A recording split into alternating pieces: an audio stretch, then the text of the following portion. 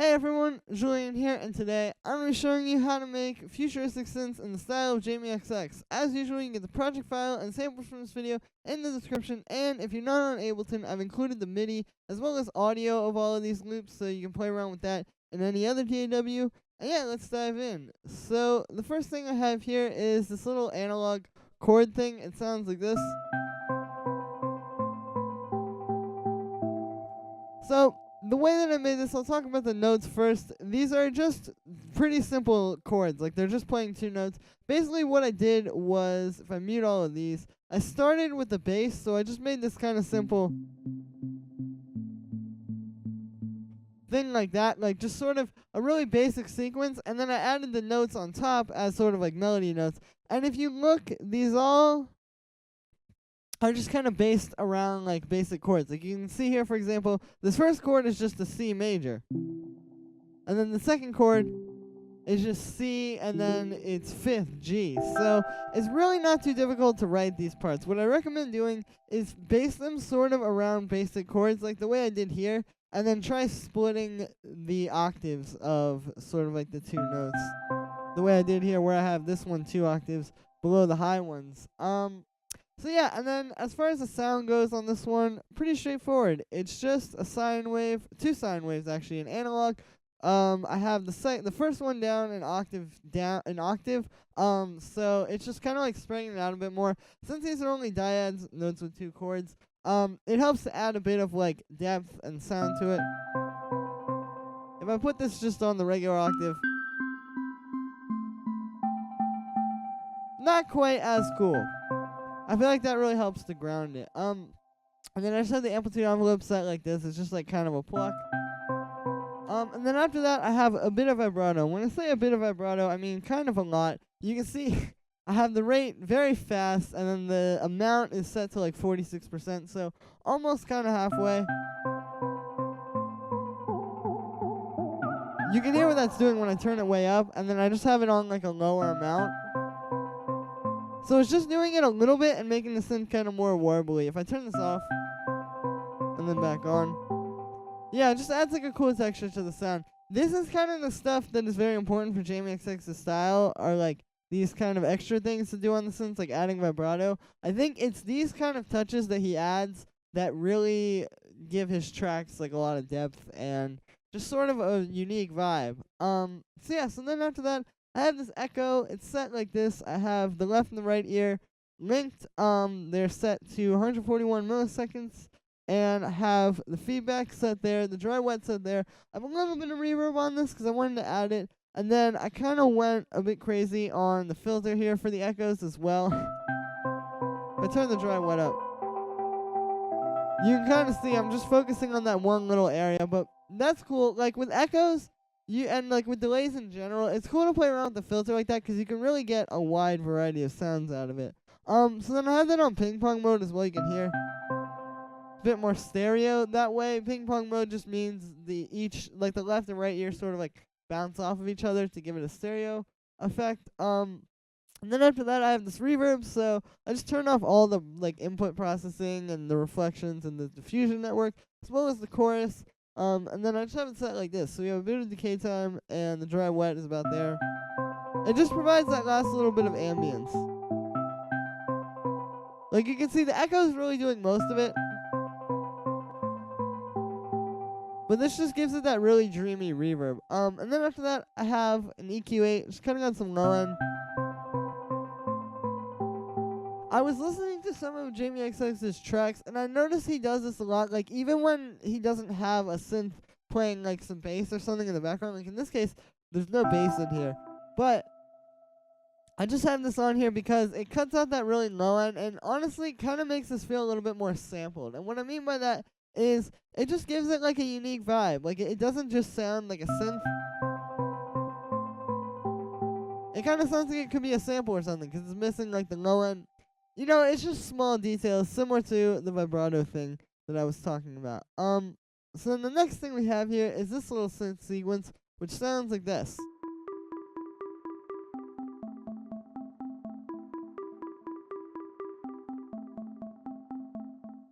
So this sound is made with FM synthesis. I'll just show you the notes first. It's pretty simple. It's just playing this sort of like E minor thing. We're in C major, really, because of that first thing that I was showing you. But E minor definitely works. You can see like E and G, and then it just goes down to this little thing here. I was just trying to make like a kind of sequence. Like I wanted it to just all be eighth notes and sound kind of, I guess, like sequenced like that. Like that's how you want a lot of this stuff to sound. So that was kind of the goal here. And then for the sound, I made it with FM synthesis. So what we have is 2 sine waves. The envelopes are set like this, so pretty similar. The second one is up an octave, and I just have the level there.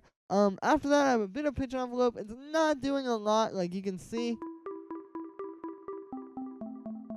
but it just adds a little bit more clickiness to the sound. So after that, I have this echo, which is set like this. I have the left and right ear linked, and the time is set there. Feedback is there, dry wet is there, and the filter is there. So you can kind of hear, like, this is a pretty subtle echo. But it's very much there. Like, it just adds this cool kind of, like I was saying, like, futuristic kind of sound to it, I feel like. On its own, it would totally work, but the echo just gives it, like, a really interesting kind of, like, vintage style texture. So yeah, so there's that, and then I just have a bit of reverb on there. It helps to sort of seal the deal with the ambience, so to speak. So after that, I have this thing, which is kind of just a drone. It sounds like this. So I made this. I've heard very similar sounds to this in a lot of Jamie XX's music, and I believe that this is the way that he does it. If not, I mean, this is definitely a more than capable way of doing it. But what I have here is just this one note. We're doing quarter notes. It's G. It just fits the key of the song and gave it the feel that I wanted to relative to the key. And then what I did was I made this sound with FM synthesis. So we have a sine wave and then another sine wave. You can see the envelopes are set like this. So the second one has no attack and the first one does. The reason why I gave the first one attack is because it was a little bit clicky. Like you can hear, when we add the attack, it still sounds like a pluck, but it's just a lot smoother. So kind of a small detail there. But yeah, so that's really it. I'm just basically using a sine wave and then using that second one to add a little bit more harmonic content. So it isn't just a sine wave. Like the key here with a lot of Jamie XX's sounds is they're based in things that you're very familiar with, like this, for example. But then it takes it to another level when you add that FM sine wave in there, because it's going to take away, or it's adding some harmonics on top, essentially. And thus, making the sound just slightly different. So then after that, I have this LFO here. The amount is set to 5%, or 5.4%. The rate is set there. I don't have it resetting, so it just keeps going. And this is just giving it a bit of like a pitch warble. It's cool when you have an element like this that's so static and it's just playing like one note the whole time, to add something that's kind of like fluctuating. So that was the point of this. Like if we turn it off and then back on, you can hear, and it just adds like more of a texture. Like the thing is that with these like sort of futuristic sounds, like I was saying, is you always want to try to add something to it that isn't just like basic. Like I was saying, you know, we could just have this be a sine wave. It would totally work. And it honestly gives it a cool vibe. But when we add that extra FM sine wave and then the LFO, it just gives it an extra edge. So that's kind of what you want to be going for with this type of stuff. And so after the operator here, I just have a reverb.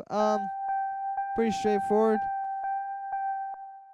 Just adding some reverb and some ambience. And yeah, so that's really it for this one. Like I said, the main things that you want to think about are, like with the first synth, just trying to make it sort of sound like a sequence, and same thing with the second one as well. Like you really want these to sound like sequenced. I think the cool thing about Jamie XX's music, and what I think a lot of people like, that I've analyzed, is that it really sounds like he's just playing with a lot of loops, and like a lot of really cool loops that he sort of like made himself. So that's what we're going for here. We're just trying to make some interesting synth loops and put them in key with each other and put them together. So, like I said, that's going to be it for today, guys. You can get the project file and samples from this video in the description. If you're a patron on my Patreon, check there because they will be available. Make sure to like this video as well as subscribe and comment and let me know what you thought of this video. Check out my social media, which is on the screen right now as well. Thank you again, everybody, and I will see you tomorrow with another tutorial.